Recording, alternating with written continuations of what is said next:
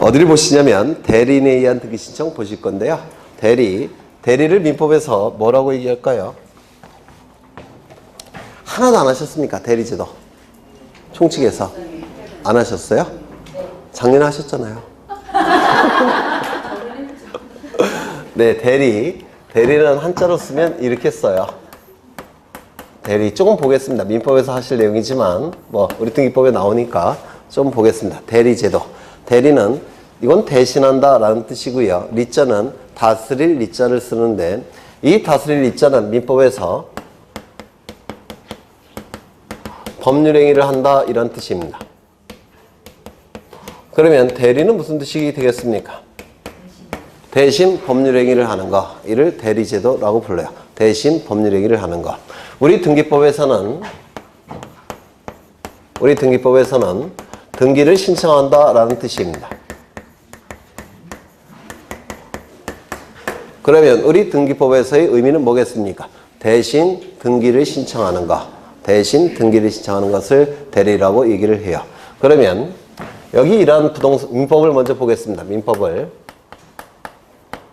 여기 부동산이 있고 소유자가 갑입니다. 갑이 을과 매매 계약을 체결합니다. 이때 갑을 매도인, 을을 매수인 이렇게 부르겠죠.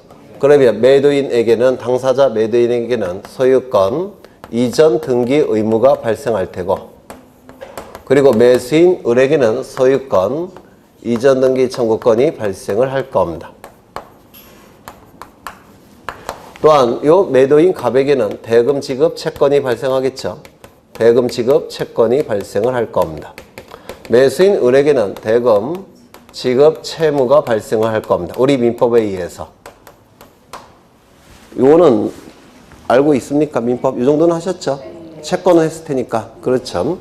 그런데 이런 경우도 있어요. 갑이 소유자인데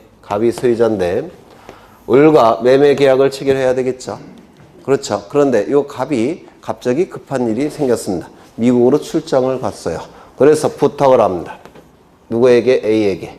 그래서 이렇게 매매 계약을 체결하는 경우가 있습니다. 그러면 이 A가 대신 매매 계약을 체결하는 거죠. 대신 법률행위를 하는 거. 이때 이 A를 뭐라고 부르냐면 대리인이라고 부릅니다. 대신 법률행위를 하는 사람. 대신 법률행위 하는 사람. 이때 갑을 뭐라고 부르냐면 본래의 사람, 본인이라고 불러요. 본인, 대리인. 본래의 당사자인 사람, 본인, 대리인 이렇게 부릅니다. 그러면 이때 본인 갑은 A에게 대신 법률행위를 해달라고 부탁을 해야 되겠죠. 맞습니까? 그걸 뭐라고 부르냐면 대리권이 있어야 되는 겁니다. 대신 법률행위를 할 수 있는 권한.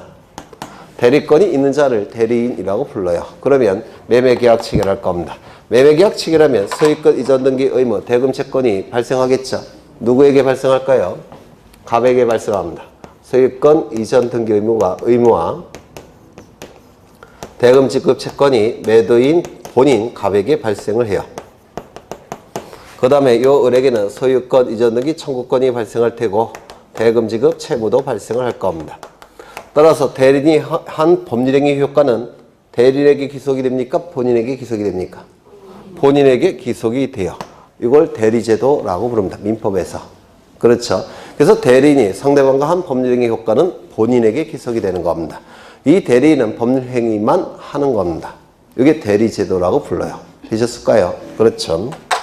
그럼 이 대리제도는 누구를 위한 제도겠습니까? 본인 갑을 위한 제도입니다. 혹시 법정대리, 임의대리 이런 거 들어보셨습니까? 민법에서 들어보셨어요? 법정대리는 본인의 사적 자치 능력을 보충하기 위한 제도입니다. 임의대리는 본인의 사적 자치 능력을 확대하기 위한 제도예요. 그래서 이 대리제도는 본인을 위한 제도입니다. 본인을 위한 제도가 대리제도예요. 그렇죠. 이건 민법에서 그렇고 우리 등기법에서는 얘기가 달라집니다. 여기 이러한 부동산이 있고 소유자가 갑입니다. 갑이 을과 매매 계약을 체결합니다. 그러면 소유권 이전 등기까지 이루어지면 갑이 가진 소유권은 을의 소유권으로 변동이 되겠죠. 이때 갑을 뭐라고 부릅니까? 등기 의무자. 을은요, 등기 관리자. 그래서 당사자 갑과 을이 등기소에 가서 등기를 공동으로 신청하는 게 원칙입니다. 맞습니까? 그렇죠. 그런데 이런 경우도 있습니다. 갑이 을과 매매 계약을 체결합니다. 소유권 이전 등기까지 이루어지면 갑이 가진 소유권은 을의 소유권으로 변동이 될 겁니다. 이때 갑을 뭐라고 얘기합니까? 등기 의무자. 을을 뭐라고 부르죠? 등기 권리자. 그래서 갑과 을이 등기소에 가서 등기를 공동으로 신청하는 게 원칙이죠.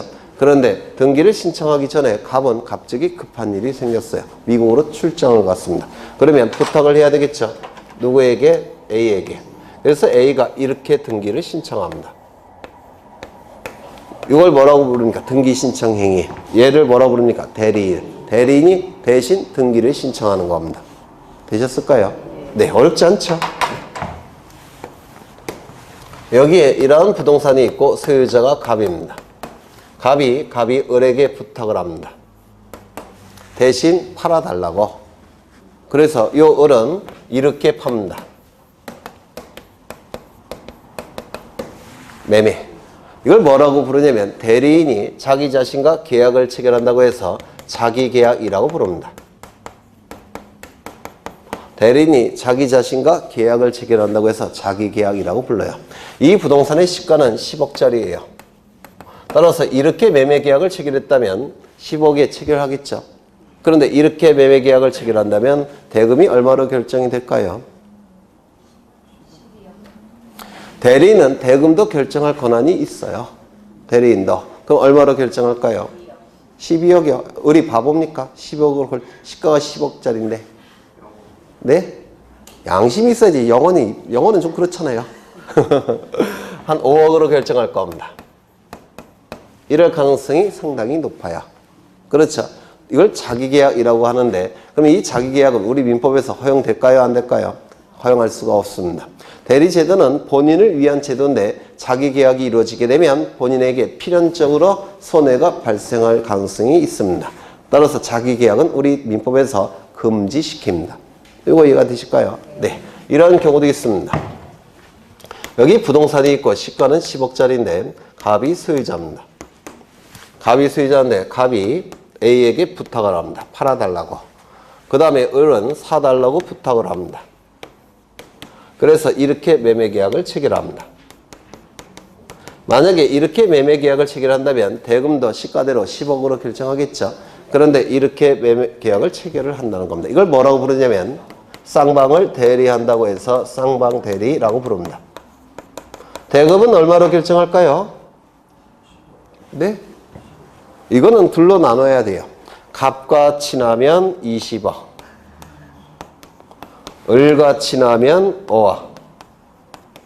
이렇게 될 가능성이 상당히 높습니다. 맞습니까? 따라서 이 쌍방대리도 갑과 을 중에서 누군가에게 손해가 발생할 가능성이 대단히 높습니다. 그렇다면 우리 민법에서 쌍방대리 허용되겠습니까? 허용 안 되겠습니까? 허용할 수가 없습니다. 그래서 우리 민법 124조에는 자기계약과 쌍방대리는 본인의 허락이 없다면 인정될 수 없다라는 규정을 갖고 있습니다. 이거 이해가 되실까요? 네, 자기계약과 쌍방대리는 금지되어 있다는 겁니다. 민법에서. 그런데 우리 등기법에서는 금지할 이유가 없습니다. 왜냐하면 우리 등기법은 법률 행위를 하는 것이 아니라 등기 신청을 대신하는 겁니다. 그러면 등기법을 보겠습니다. 여기 10억짜리 시가가 있고요. 부동산이 있고 갑이 소유자입니다. 갑이 을과 매매 계약을 체결합니다. 얼마에? 10억 원에. 그런데 갑이 갑자기 급한 일이 생겼어요. 그래서 미국으로 출장을 가는 바람에 을에게 부탁을 합니다. 매수인에게 부탁을 해요. 서류 내가 다 띄워줄 테니까 네가 가서 등기를 신청해달라. 그래서 이렇게 등기를 신청합니다. 그러면 이때 갑에게는 손해가 발생할 여지가 있을까요? 없을까요? 있습니까? 대금은 누가 결정했죠? 갑이. 을이 하는 일은 갑이 준 서류를 가지고 등기소에 제출만 하면 돼요. 그러면 갑에게 손해가 발생할 여지가 있습니까? 없습니까? 없습니다. 따라서 자기 계약에 관한 규정은 우리 등기법에서는 애당초 적용될 여지가 없습니다. 우리 등기법은 등기 신청을 대신하는 것이지 대금을 결정하는 게 아닙니다. 이거 이해가 되실까요? 그렇죠. 두 번째, 10억짜리 부동산입니다. 갑이 을과 10억의 매매 계약을 체결합니다. 그런데 바쁘다 보니까 갑은 A에게 부탁을 했고 법무사 A에게 부탁을 했고 그 다음에 을도 A에게 부탁을 합니다. 그래서 이 A가 혼자 등기소에 가서 등기를 신청합니다. 뭡니까? 쌍방대리. 그러면 이것도 우리 등기법에서 금지할 이유가 있습니까? 없어요. 대금은 본인이 결정하기 때문에 그렇습니다. 맞습니까? 그러면 이 쌍방대리도 우리 등기법에서 금지할 이유가 없습니다. 자기계약과 쌍방대리는 민법에서는 금지돼요. 왜? 본인에게 해가 될 가능성이 굉장히 높기 때문에 그렇습니다. 하지만 우리 등기법에서는 본인에게 해가 될 가능성이 없습니다. 따라서 금지될 이유가 없습니다. 이거 이해가 되실까요? 그래서 대리인에 의한 등기신청에서 출제가 되는 것은 자기계약 쌍방대리가 적용되는지 여부가 출제가 되는데 한 페이지 넘겨보시면 거기 3번에 자기계약 쌍방대리 허용 이렇게 나와 있습니까? 네, 허용이 되더라는 겁니다. 그 다음에 이 등기는 등기신청 행위를 대신하는 것이죠. 그러면 이 등기신청 행위를 대신할 수 있는 권한인 대리권은 어느 시점까지 있으면 충분합니까? 등기신청 행위의 접수 시까지 있으면 충분하죠. 접수가 된 이후에는 대리권 구태여 있을 필요가 있습니까? 없습니다. 그래서 접수 시, 등기신청 정보의 접수 시까지 있으면 족하다라는 표현이 나온 겁니다. 그 다음에 뭐 나머지, 대리권의 흠결. 대리권이 있는 상태에서 대신 등기를 신청해야 되겠죠. 맞습니까? 그런데 대리권이 없는 상태에서 등기를 신청하게 되면 이는 29조 제1호 위반, 관할을 위반한 겁니까? 아니죠. 29조 제2호 위반, 등기신청 사건이 등기할 것이 아닌 경우에 해당됩니까? 아니죠. 3호부터 어딘가에 해당이 될 거예요. 3호부터 어딘가에 해당이 될 때는 이때는 방해무효도 아니고 직권말소할 수도 없고 이 신청을 통해서 말소할 수도 없다고 했는데 기억나십니까? 그때는 방해무효가 아니라는 얘기는 뭐 갖고 판단합니까? 실체관계 부합 여부로 판단한다고 했죠. 그래서 어차피 권리를 취득할 자 이름으로 등기가 됐다면 유효, 권리를 취득하지 못할 자 이름으로 등기가 됐다면 무효가 될 겁니다. 그게 대리권 흠결의 효과에서 나타납니다. 대리권 흠결의 효과. 그 정도 보시면 될 것 같아요. 3번, 4번, 5번 정도 보시면 됩니다. 그 다음에 오른쪽에 등기신청에 필요한 정보 보실 건데요. 등기신청에 필요한 정보. 여기에 이러한 부동산이 있고 소유자는 갑입니다. 갑이 을과 매매 계약을 체결합니다. 등기까지 이루어지게 되면 갑이 가진 소유권은 을의 소유권으로 변동이 될 겁니다. 갑을 등기 의무자, 을을 등기 권리자라고 부를 거예요. 등기 의무자와 등기 권리자는 등기소에 가서 등기를 같이 신청해야 되겠죠. 이게 뭐라고 했습니까? 공동신청. 이때 등기를 신청할 때 갑과 을은 등기 신청 정보라는 것을 등기소에 제공을 해야 됩니다. 쉽게 해서 등기 신청서를 제출해야 된다는 거예요. 그러면 이 신청서가 제출이 되면 등기관은 신청서 내용을 보고서 등기부에 옮겨 적습니다. 예전에 했던 거예요. 신청 정보가 등기소에 제공이 되면 등기관은 신청 정보의 내용을 보고서 등기부에 옮겨 적습니다. 이를 등기를 실행한다 또는 등기를 수리한다 이렇게 얘기를 합니다. 등기가 실행이 되면 여기 실행된 정보는 이제 공시가 이루어지게 될 겁니다. 여기까지 이해가 되실까요? 그러면 결국은 등기관의 역할은 뭐냐면 신청 정보의 내용을 등기부에 옮겨 적는 겁니다. 그 옮겨 적힌 정보가 이제 공시가 이루어지는 거예요. 그렇다면 등기부를 통해서 공시되는 내용은 정확해야 되겠죠. 그렇다면 여기의 내용이 정확하기 위해선 여기의 내용도 정확해야 될 겁니다. 여기의 내용이 정확한지 여부를 등기관은 확인을 해봐야 될 겁니다. 그러면 여기의 내용이 정확한지 여부를 확인할 수 있는 자료를 누가 만드느냐면 등기관이 만드는 게 아니라 갑과 을이 등기를 신청할 때 신청 정보를 등기소에 제공하면서 신청 정보의 내용을 등기관이 확인할 수 있는 정보들을 갑과 을은 첨부를 해야 됩니다. 이걸 뭐라고 부르냐면 첨부 정보라고 불러요. 신청 정보에 첨부시키는 정보. 이 첨부 정보는 신청 정보의 내용을 확인할 수 있는 자료들입니다. 그게 확인이 되면 등기부에 옮겨 적을 겁니다. 이때 이 확인하는 것을 뭐라고 부르냐면 형식적으로 심사한다 이렇게 얘기합니다. 했던 거예요, 예전에. 만약에 확인이 됐다면 등기부에 옮겨 적겠죠. 확인이 안 됐을 때는 등기 신청을 거부하는 겁니다. 그러면 확인이 안 됐을 때 등기관은 갑과을을 등기소에 소환해서 신문할 권한이 있을까요? 없을까요? 없습니다. 이는 법관이나 수사기관만 할 수가 있어요. 확인이 안 됐을 때 신문할 수는 없고 다만 등기 신청을 거부할 수 있을 뿐입니다. 만약에 신문할 수 있다고 한다면 이는 실질적 심사가 돼요. 하지만 신문할 수 있는 권한이 없고 단지 거부만 하기 때문에 형식적으로 심사한다 이렇게 얘기를 합니다. 등기관의 역할은 형식적 심사합니다. 첨부된 정보만을 가지고 신청 정보의 내용만을 확인할 수 있는 권한이 있는데 이를 형식적으로 심사한다 라고 부릅니다. 그러면 여기서 형식적으로 심사할 수 있는 기준이 있을 텐데 이 기준은 우리 부동산등기법 제29조에 각하사유라는 타이틀로 규정이 되어 있습니다. 이 각하사유는 각은 무릎박자, 하는 아래 하자를 쓰는데요. 신청서를 등기관이 받은 다음에 무릎 밑으로 던져버린다는 뜻이에요. 참으로 건방진 놈들이죠. 이렇게 이상한 용어는 다 누가 만들었을까요? 일본 애들이 만든 용어예요. 각하한다. 우리나라 말로 바꾸면 뭐가 되겠습니까? 거부사유라는 뜻이에요. 등기 신청을 거부할 수 있는 사유. 여기에 해당이 된다면 각하결정이라는 걸 하게 됩니다. 이걸 우리나라 말로 바꾸면 거부결정을 한다라는 뜻이에요. 거부결정을 한다. 그러면 29조 각하사유에는 어떤 내용이 들어가 있느냐면 제1호부터 제2호, 제3호 쭉 가서 제11호까지 11가지가 규정이 되어 있습니다. 11가지. 1호는 뭐라고 했죠? 관할을 위반한 경우 등기해 줄 수 있을까요? 없을까요? 없을 겁니다. 두 번째, 등기 신청 사건이 등기할 수 있는 것이 아닌 경우, 등기할 것이 아닌 경우. 예를 들어서 벤틀리 자동차 등기가 신청이 됐습니다. 등기할 수 있는 겁니까? 아니죠. 왜요? 동산이니까. 그렇죠. 세 번째, 등기 신청 권한이 없는 경우. 아까 대리인은 대리권이 있어야 된다고 했죠. 대리권이 없는 상태에서 대리인이 등기를 했다는 겁니다. 등기 신청 권한이 없는 경우에요. 이러한 이렇게 쭉 나오게 됩니다. 그러면 여기 11가지에 해당이 된다면 각하사유에 해당되니까 각하결정해야 되겠죠. 이게 원칙일 겁니다. 그런데 여기에 해당됨에도 불구하고, 즉 각하사유에 해당됨에도 불구하고 각하결정을 하지 않았다는 겁니다. 각하결정을 하지 않고 등기를 실행했다는 겁니다.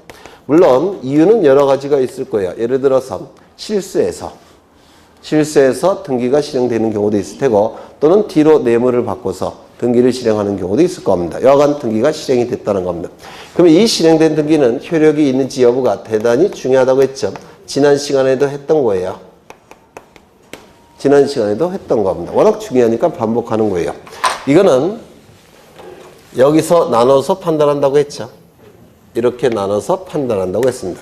1호 위반, 2호 위반의 경우에는 각하해야 되죠. 각하하지 않고 등기가 실행이 됐다면 그 실행된 등기는 하자가 굉장히 큰 등기라서 공시기능을 인정할 수가 없고, 공시기능이 인정되지 않으니까 당연히 무효인 등기고, 당연히 무효인 등기를 등기관이 발견하면 직권으로 말소해야 되고, 직권으로 말소하지 아니할 때는 이 신청을 통해서 말소시킨다라고 했습니다. 기억나시죠? 그 다음에 3호부터 11호 위반의 등기는 뭐라고 했습니까? 등기가 이루어지는 과정, 등기가 이루어지는 절차상의 작은 흠으로 봤죠. 따라서 공시기능이 인정이 되니까 당연히 무효는 아니고, 직권으로 말소할 수도 없고, 이 신청을 통해서 말소할 수도 없다라고 했습니다. 당연히 무효가 아니란 얘기는 유효일 수도 있고 무효일 수도 있는데, 실체관계와 부합하는 등기라고 한다면 그 등기는 유효, 실체관계와 부합하지 않는 등기라고 한다면 그 등기는 무효라고 했습니다. 실체관계 부합 여부는 민사소송 절차를 통해서 해결하는 것이지 이 신청 절차를 통해서 해결하는 게 아니라고 했습니다. 실체관계는 아까도 보신 바대로 권리와 의무를 얘기해요. 그래서 권리를 취득할 자 이름으로 등기가 됐다면 이 절차가 위반됐다고 하더라도 실체관계와 부합해서 유효, 권리를 취득할 수 없는 자 이름으로 등기가 됐다면 이 절차가 위반이 됐을 때 무효, 권리 존재 여부는 이때는 민사소송을 통해서 판단하는 겁니다.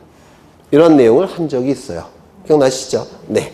그러면 여기 책을 좀 보시면 신청 정보 나와 있고요. 신청 정보의 기록 방법 나와 있는데 거기 동글뱅이 1번을 보시면 등기 신청은 한 건당 한 개의 부동산에 관한 신청 정보를 제공하는 방법으로 하여야 한다라는 문구 있습니까?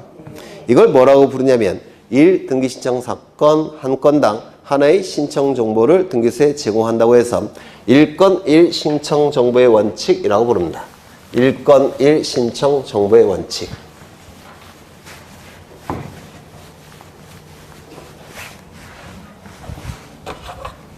등기 신청 사건 한 건당 하나의 신청 정보로 등기를 신청해야 된다고 해서 1건 1 신청 정보의 원칙이라고 불러요. 등기 신청 사건 한 건당 신청 정보 하나를 등기소에 제공이 돼야 된다고 해서 1건 1 신청 정보의 원칙이라고 부릅니다. 이거 이해가 되실까요? 되시죠? 네. 그 다음에 거기 밑에 보시면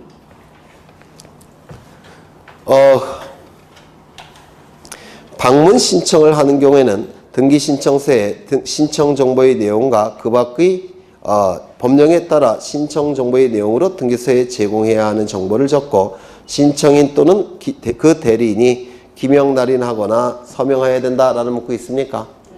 이게 올해 출제가 됐습니다. 어떻게 출제가 됐냐면 이런 식으로 출제가 됐어요. 신청인 또는 그 대리인이 기명 날인하고 서명해야 된다. 이렇게 출제했습니다. 기명 날인하고 서명해야 된다. 그러면 기명 날인은 무슨 뜻일까요? 기명, 기는 기록한다라는 뜻이고 명은 이름 명자예요. 이름을 쓰고 이름을 쓴다라는 뜻이에요. 날인은 도장 찍는다는 뜻입니다. 이름을 쓰고 도장을 찍을 때 기명날인이라고 부릅니다. 그 다음에 서명은 무슨 뜻일까요? 사인하는 겁니다. 그러면 우리가 보통 도장 찍을 때 이름 쓰고 도장 찍든지 아니면 이름 쓰고 사인만 하죠. 이건 선택입니까? 두 개 동시에 하는 겁니까? 선택하는 거죠. 그러면 이렇게 출제했습니다. 기명날인하고 서명해야 된다. 옳은 지문일까요? 틀린 지문일까요? 틀린 지문입니다.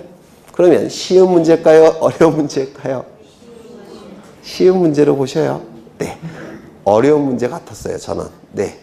기명날인 또는 서명해야 된다. 이게 맞는 건데 기명날인하고 서명해야 된다. 이렇게 출제를 했습니다. 참 치사하게 출제했죠. 네. 그 다음에 그 밑에 보시면 거기 3번을 보시면 간인이라는 게 보이죠? 간인. 사이간자를 쓰는 겁니다. 사이간자. 그리고 이는 도장이라는 뜻이에요. 그럼 이 간인은 뭐냐면 신청 정보가 한 장일 때도 있겠지만 2장, 3장, 4장일 수도 있죠. 그러면 만약에 신청 정보가 여러 장일 때, 종이로 만들어진 신청 정보가 여러 장일 때 그것이 한 세트라는 걸 표시를 해야 돼요. 한 세트.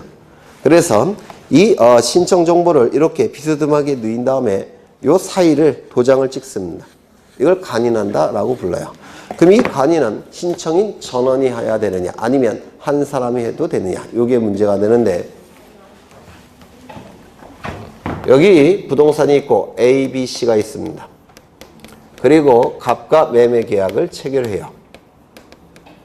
이때 A, B, C는 등기 의무자가 될 테고 갑은 등기 관리자가 되겠죠. 그렇죠. 그래서 이렇게 등기를 신청할 겁니다. 이때 신청 정보를 제출하겠죠. 근데 신청 정보가 여러 장이더라는 겁니다. 그러면 이때 갑도 도장을 찍어야 되고 간인을 해야 되고 ABC도 간인을 해야 되는데 구태여 ABC는 전원이 간인할 필요가 있겠습니까? 없어요. 이때 ABC 중에서 하나만 간인하면 됩니다. 등기무자 한 명만 간인하면 돼요.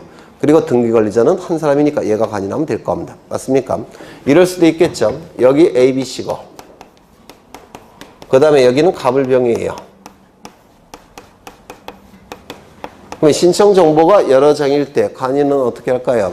이 중에서 한 명, 이 중에서 한 명. 맞습니까? 이게 출제가 됐습니다. 간인이. 그 다음에 거기 밑에 보시면 4번을 보시면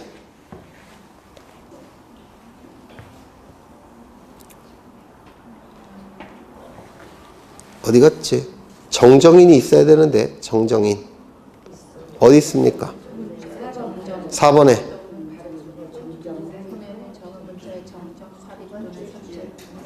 사건의 다른 밑에 정정. 네, 알겠어요. 네, 화는 내지 마시고. 네. 이 정정이는 전원과 이해관계가 있겠죠. 맞습니까? 따라서 전원이 정정인을 찍어야 됩니다. 전원이. 왜? 전원과 이해관계가 있기 때문에 그렇습니다. 간이는 한 사람이 하면 되지만 정정인은 전원이 정정인을 찍어야 됩니다. 정정인은 뭐냐면 신청 정보에 고치는 경우가 있겠죠. 고친 다음에 도장을 찍어야 돼요. 근데 이 도장은 전원이 찍어야 됩니다. 한 사람이도 빠지면 안 돼요. 이것도 올해 출제가 됐습니다. 그 정도 보시고요. 아까 하나의 등기 신청 사건이라고 한다면 하나의 신청 정보를 등기소에 제공한다고 했습니까? 이를 뭐라고 했죠? 1건 1 신청 정보의 원칙이라고 했습니다. 그런데 여러 개의 등기 신청 사건인데 거래가 그 여러 개의 등기 신청 사건이 하나의 거래로 이루어지는 경우가 있어요. 하나의 거래로. 이때는 한 건의 신청 정보로 일괄해서 신청합니다. 이를 일괄 신청이라고 불러요. 다시요. 원칙은 등기 신청 사건마다 신청 정보 하나를 제공해야 됩니다. 따라서 3건의 등기 신청 사건이라고 한다면 등기 신청 정보를 몇 건을 제공해야 됩니까? 3건. 이게 원칙이에요. 그런데 거래가 한꺼번에 이루어지는 경우라고 한다면 여러 개의 등기 신청 사건일지라도 일괄해서 하나로 신청할 수가 있어요. 이를 일괄 신청이라고 얘기합니다. 여기 토지가 있고요. 이 토지의 소유자는 갑입니다. 그리고 그 토지 위에 건물도 있고 건물의 소유자도 갑입니다. 보통은 건물 소유자와 토지 소유자가 같은 사람이죠. 맞습니까? 그렇죠. 그런데 이 갑이 이 건물을 을이 매입을 하고 싶어요. 그래서 매매계약 체결하고 소유권 이전 등기까지 이루어지면 갑이 가진 소유권은 을의 소유권으로 바뀌게 될 겁니다. 그런데 이렇게 이루어지게 되면 건물 소유자는 누굽니까? 을. 토지 소유자는 누굽니까? 네? 갑이죠. 건물 소유자와 토지 소유자가 달라지면 나중에는 이 건물은 철거돼야 됩니다. 철거될 가능성이 높아지게 돼요. 맞습니까? 소유자가 다르니까. 그렇죠. 따라서 을이 바보가 아닌 이상 건물만 취득해야 되겠습니까? 토지도 같이 취득해야 되겠죠. 따라서 토지도 매매계약 체결할 테고 소유권 이전 등기 이루어지게 될 겁니다. 맞습니까? 이때 건물과 토지는 같이 거래가 되는 게 일반적이죠. 맞습니까? 문제는 뭐냐면 건물도 부동산이고 토지도 부동산이고 별개의 등기부가 있죠. 건물 등기부, 토지 등기부. 그러면 등기 신청 사건은 몇 건이에요? 2건입니다.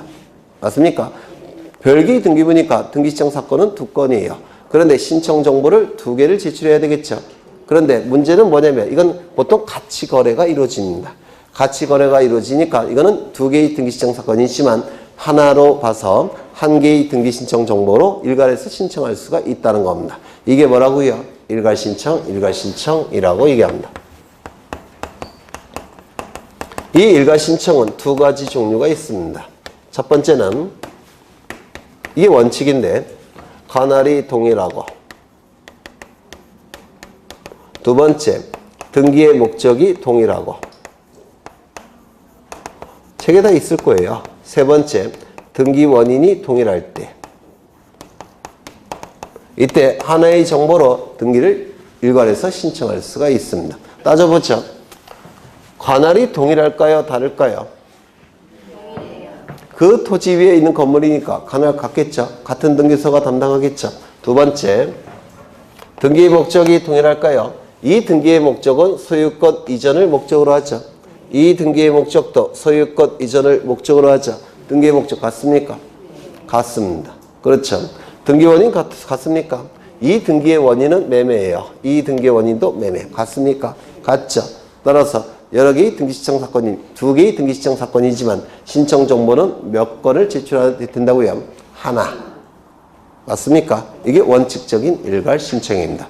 그런데 등기법이 개정이 되면서 예외적인 일괄 신청을 추가했습니다. 예외적인 일괄 신청은 관할이 동일하고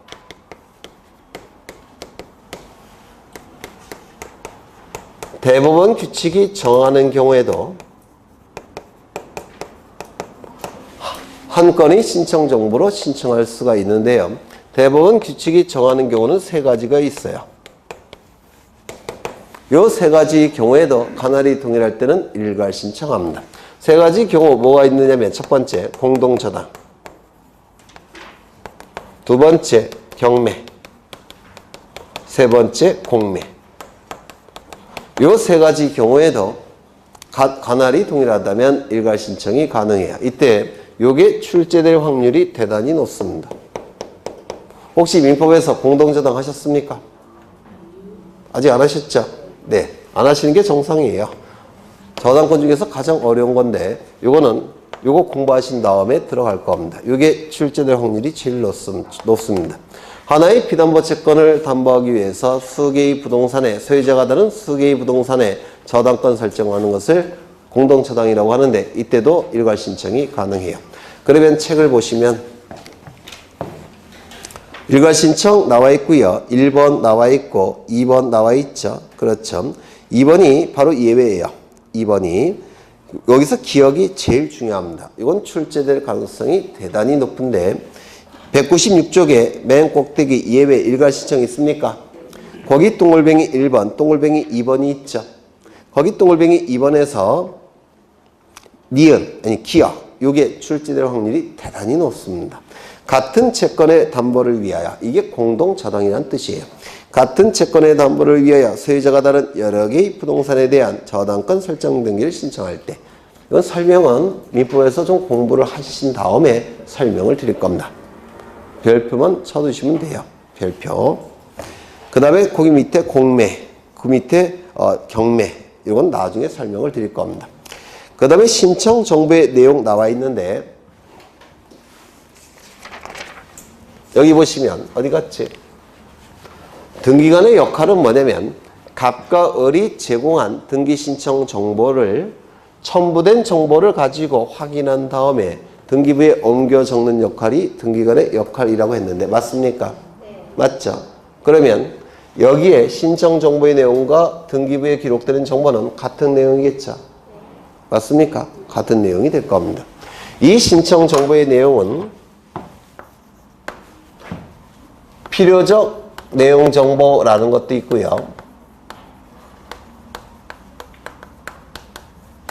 임의적 내용 정보라는 것도 있습니다. 또는 필요적 기록상, 임의적 기록상 이렇게도 불러요. 그럼 여기서 필요적이라는 단어는 무슨 뜻이냐면 반드시 필자입니다. 그리고 요는 요구한다 할 때 그 요예요. 그러면 필요적 기록상, 필요적 내용 정보는 무슨 뜻입니까?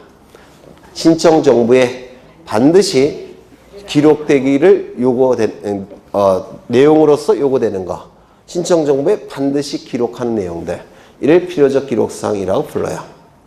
또는 임의적 기록사항이라는 것도 있는데 임은 맡길 임자라고 했죠. 의는 뜻의 자예요. 그럼 무슨 뜻이겠습니까? 신청 정보에 기록할지 말지를 신청 정보의 내용으로 둘지 말지를 당사자의 뜻에 맡겨놓은 내용들. 당사자의 뜻에 맡겨놓은 기록사항들. 이게 임의적 내용 정보, 임의적 기록사항이라고 부릅니다. 요 용어 차이 느끼십니까? 반드시. 이거는 당사자의 뜻에 맡겨놓은. 그러면 왜 여기에 필요적 기록사항이 있고 임의적 기록사항이 있겠습니까? 여기에 필요적 기록사항이 있고 임의적 기록사항이 있기 때문에 그래요. 여기에 반드시 기록해야 될 내용은 여기도 반드시 기록돼야 됩니다. 여기 기록해도 그만, 기록하지 않아도 그만인 것은 여기도 기록해도 그만, 기록하지 않아도 그만이에요. 이거 이해가 되십니까? 그렇죠. 그래서 거기 책을 보시면 신청 정보의 내용 중에서 일반적 기록사항들이 있죠. 이거는 등기부에도 일반적으로 기록하는 내용이니까 신청 정보에도 일반적으로 기록해야 될 겁니다. 맞습니까? 그렇겠죠. 그냥 쭉 읽어보시면 돼요. 그 다음에 오른쪽을 보시면 특산 기록사항이 있는데 거기 보시면 필요적 정보 내용, 임의적 정보 내용 또는 필요적 내용 정보, 임의적 내용 정보라고도 부르는데 이게 출제될 확률이 대단히 높아요. 이것이.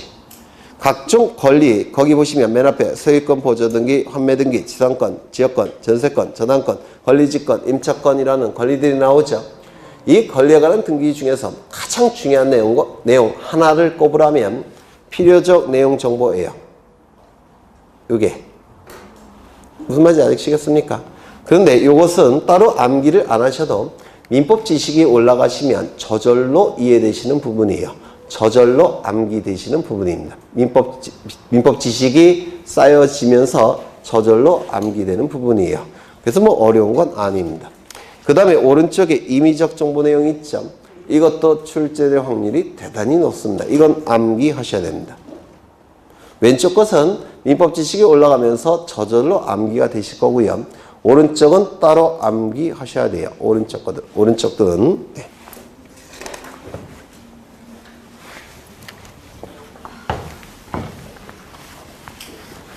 왜 한숨을 쉬셔요? 암기량을 줄이기 위해서, 암기의 고통을 좀 줄여드리기 위해서 임의적 기록상의 특징을 좀 확인할 겁니다. 임의적 기록상들. 첫 번째, 등기부에 기록해도 그만, 기록하지 않아도 그만이지만 당사자 각과 을이 기록하기로 특약을 맺었다면 기록해야 되겠습니까? 네? 기록해도 그만, 기록하지 않아도 그만이지만 당사자 갑과 을이 기록하기로 약정을 맺었다면 기록해야 되겠죠. 당사자 갑과 을이 합의를 했다면 기록해야 되겠죠. 계약을 맺었다면 기록해야 되겠죠. 맞습니까? 그렇다면 신청정보에도 기록이 돼야 될 겁니다. 맞습니까? 그래서 약정이라는 문구가 있다든지 계약이라는 문구가 있다든지 합의라는 문구가 있다든지 또는 특약이라는 문구가 있다면 이는 임의적 기록상입니다. 기록해도 그만, 기록하지 않아도 그만인데 당사자가 기록하기로 특약을 맺었다면, 합의를 했다면, 계약을 체결했다면, 약정했다면 기록해야 될 겁니다. 이를 임의적 기록상이라고 불러요. 그래서 거기 쭉 보시면 전부 다 약정, 특약 이란 문구 있습니까? 있습니다. 그런데 이런 특약상, 약정상 다 의미는 같은 거예요. 다 계약이란 뜻입니다. 민법에서 하실 거예요. 다 계약이란 뜻인데요. 그러면 이때 당사자가 합의를 통해서 기록할 수 있는 내용들은 그 수가 제한될까요? 엄청 많을까요? 엄청 많겠죠. 합의한 바에 따라서 결정이 될 테니까. 맞습니까? 그럼 합의했다고 해서 다 등기부에 기록해야 된다고 한다면 공시 기능에 혼란이 발생합니다. 따라서 우리 등기법에서는 제한을 두겠죠. 이거 이해가 되십니까? 따라서 우리 등기법에 근거 규정이 있을 때만 등기부에 기록할 수가 있습니다. 등기부에 기록할 수 있으니까 신청정보에도 기록할 수가 있습니다. 언제요? 근거 규정이 있을 때만. 근거 규정이 있을 때는 약정사항을 등기부에 기록할 수가 있는데 이는 동일성을 표현해야 되기 때문에 언제든지 부기등기합니다. 언제나 부기등기합니다. 동일성을 표현해야 되니까. 부기등기 언제 한다고 했죠? 순위를 유지하고자 할 때, 동일성을 표현하고자 할 때 주등기에 붙여서 기록하는 게 부기등기라고 했죠? 언제나 부기등기입니다. 두 번째, 기간의 의미가 있는 것은 다 임의적 기록상입니다. 뭐가 있을까요? 올해 출제가 된 존속기간, 올해 출제가 됐죠. 존속기간, 시기, 종기, 변제기 이런 건 전부 다 임의적 기록상입니다. 거기 쭉 보시면 아실 거예요. 다 기간의 의미가 있는 게 있습니다. 세 번째, 돈의 의미가 있는 것도 원칙은 임의적 기록상입니다. 돈의 의미가 있는 거 뭐가 있을까요? 이자, 지료, 보증금, 위약금, 손해배상금 이런 건 다 임의적 기록상입니다. 돈의 의미가 있는 건 원칙적으로 임의적 기록상이에요. 기록해도 그만, 기록하지 않아도 상관이 없습니다. 그런데 예외가 있어요. 돈은. 예외 필요적 기록사항이 몇 가지 암기되셔야 됩니다. 첫 번째, 전세권 등기에 있어서 전세금. 두 번째, 임차권 등기에 있어서 차임. 세 번째, 환매 등기에 있어서 환매대금.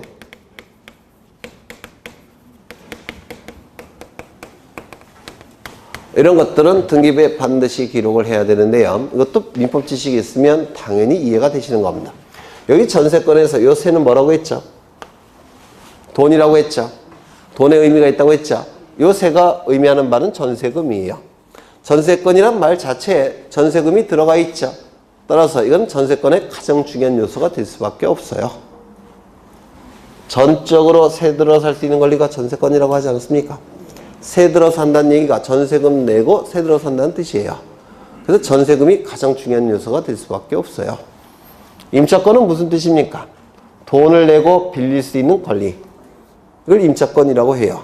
요거 자체가 차임이란 뜻이에요. 그러면 임차권 안에 차임이 들어가 있으니까 당연히 반드시 기록해야 되겠죠. 환매는 다시 매매 계약을 한다 이런 뜻입니다. 당연히 매매대금이 있겠죠.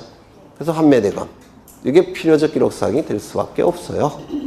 이런 거 민법 지식이 있으면 당연히 그러리라 이렇게 생각을 하실 겁니다. 요거 외우는 게 그 밑에 외우는 것보다 좀 나을 겁니다. 왜냐면 여기 있는 것만 임의적 기록사항이 아니에요. 더 많아요. 그래서 요걸 외워두시면 암기량을 대폭 줄일 수가 있습니다. 올해도 출제가 됐고요. 네. 왜 혼자 떠드는 느낌이죠?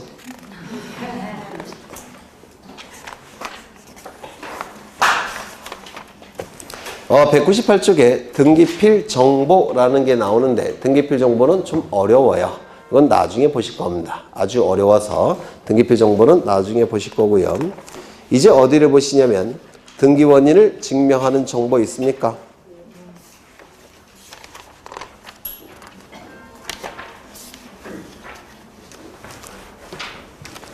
이 등기 원인을 증명하는 정보는 첨부 정보의 일종인데요.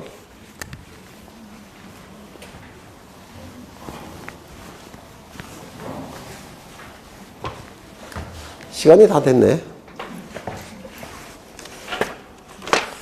조금만 보겠습니다. 한 5분만 더 보겠습니다.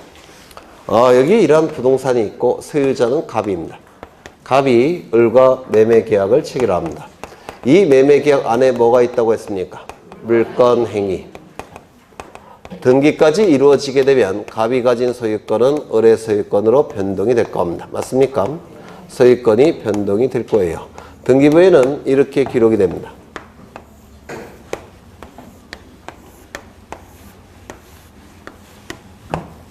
(1번) 소유권 보전 갑에서 2번 소유권 이전. 요 매매를 뭐라고 부르냐면 등기의 원인이라고 불러요. 등기의 원인. 이 등기 원인도 여기에 기록을 합니다. 매매. 그리고 을 이렇게 기록이 될 겁니다. 그러면 갑과 을 사이에 매매가 있다는 것이 신청 정보에 기록되겠죠.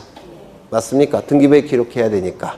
그러면 등기관이 신청 정보에 있는 매매를 보고서 등기부에 매매로 기록하기 위해서는 갑과 을 사이에 진짜 매매가 있었는지 확인해야 되겠죠.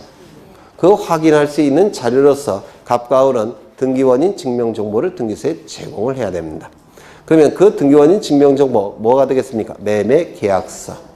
매매계약서를 등기소에 첨부를 해야 돼요. 그러면 계약서를 통해서 신청정보에 있는 매매를 확인할 테고 그리고 등기부에 옮겨 적을 겁니다. 맞습니까? 이때 요 매매계약서가 바로 등기원인 증명정보 또는 등기원인 증서라고 부릅니다. 되셨을까요? 네. 이 정도만 보죠. 더 해야 되나?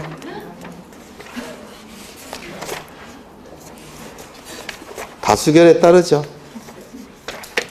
조금만 더 하겠습니다. 한 5분만. 네, 저는 제 말을 잘 안 지켜요. 네, 제가 말하는 걸 잘 안 지키기 때문에 다수결에 따른다는 거 안 지킬 거예요. 네.